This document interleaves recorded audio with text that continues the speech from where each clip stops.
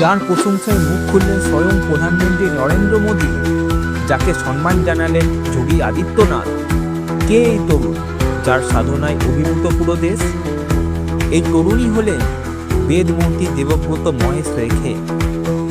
মাত্র 19 বছর বয়সে তিনি করে দেখিয়েছেন এমন এক সাধনা যা প্রায় 200 বছরে কেউ করতে পারেনি। তিনি সম্পন্ন করেছেন দণ্ডকম প্রাণায়াম, শুক্ল যজুর্বেদের মধ্যদিনী শাখার প্রায় 2000 মন্ত্র টানা 50 দিন ধরে এক মুহূর্ত বিরতি ছাড়া নিখুঁত উচ্চারণে, বই না দেখে। এই সাধনা শুধু মুখস্থ নয়, এটা কঠোর ব্রত, শৃঙ্খলা, ধ্যান আর আত্মনিয়ন্ত্রণের মিলিত ফল। প্রতিদিন সূর্যোদয় থেকে সূর্যাস্ত মন্ত্রোচ্চারণ, আচার, উপবাস আর আধ্যাত্মিক অনুশাসনের সঙ্গে একা হাতে বজায় রেখেছেন এই কঠোর পরম্পরা। এই কারণেই মোদিজি বলছেন অসাধারণ, যোগীজি বলছেন ভারতের আধ্যাত্মিক গৌরব।